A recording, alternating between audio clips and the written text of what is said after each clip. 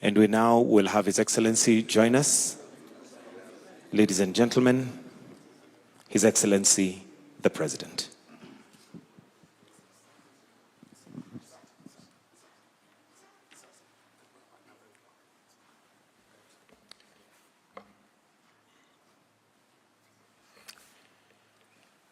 Fellow citizens, it is with deep sorrow that I inform the nation of the passing on of the Right Honorable Raila Odinga, our former Prime Minister, Kenya's foremost statesman, and one of Africa's greatest sons. Kenya, Africa and the world mourn the passing on of a giant of democracy, a fearless freedom fighter, and a tireless warrior of good governance. Raila Odinga's name will forever be etched in the story of our republic, a story of struggle, sacrifice, courage, rule of law, hope, and of our pursuit for excellence. For decades, Raila dedicated his life to the pursuit of justice, equity, and freedom. He endured detention and persecution so that this nation might know and enjoy democracy. He championed reforms that gave birth to the rights and freedoms we hold dear today. His voice spoke for the oppressed. His conviction inspired generations, and his vision shaped the course of our history.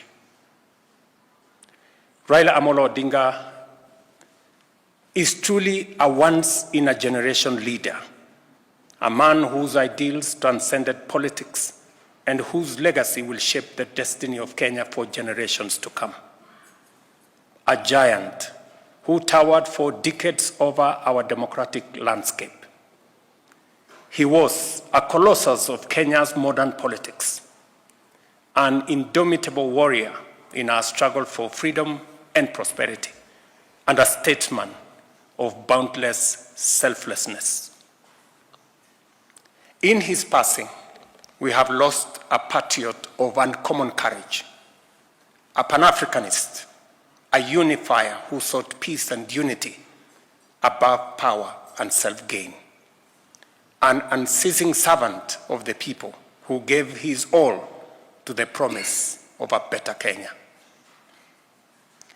On behalf of a grateful nation, I extend my deepest condolences to Mama Ida, his children, Rosemary, Raila Jr., and Winnie, the entire Odinga family, led by my brother, Oburu Oginga, to the leadership and members of Orange Democratic Movement, and to all Kenyans who share in this immense and immeasurable loss. In honor of the Right Honorable Raila Odinga's extraordinary contribution to our nation, I have declared a 7-day period of national mourning, during which the national flag shall fly at half-mast across the Republic of Kenya and in all our missions abroad. As a mark of respect, I have postponed all my public engagements for the coming days, and I ask all other public servants and leaders to do the same so that we can join the nation in this period of mourning and deep reflection. Our former Prime Minister, Raila Odinga, shall be accorded a state funeral with all attendant honors. In consultation with the family, a committee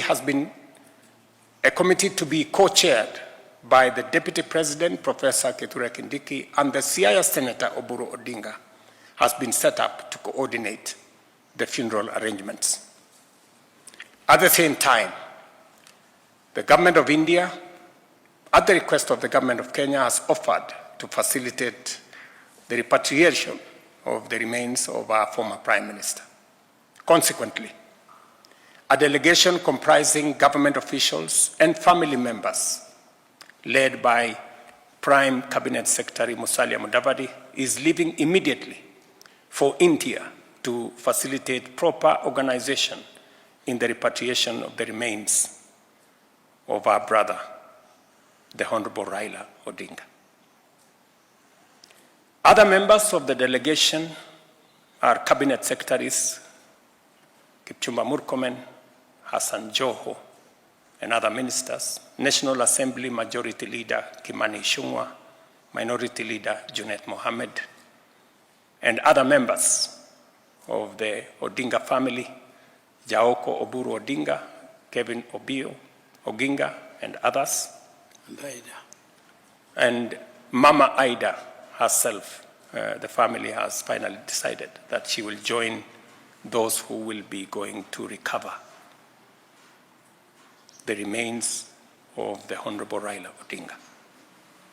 Fellow patriots, we have lost a beacon of courage, a tower of principle, and a father of our democracy.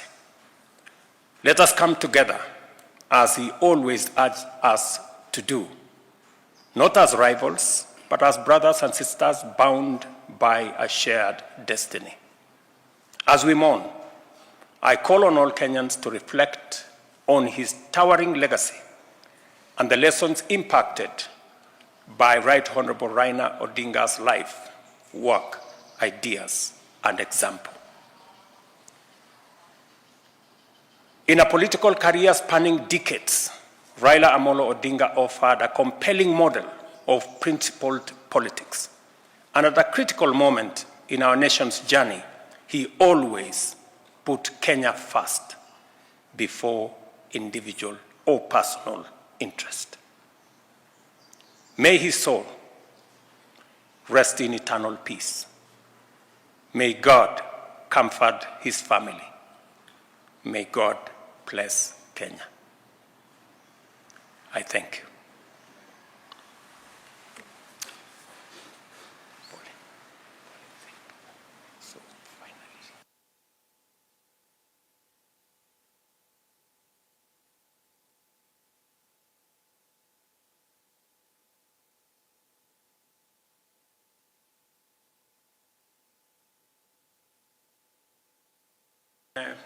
Leave it there for now.